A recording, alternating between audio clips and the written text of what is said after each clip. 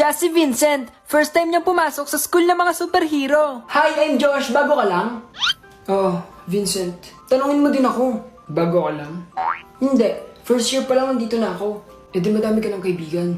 Sakto lang. Kita mo yon? Oo. Hindi ko sila kaibigan. E sino sila? Sila ang The Aces. Tsaka ba't ka nandito? Huy! Ibang episode na to, bukas ka pa. Sila ang kinakatakutang grupo sa school.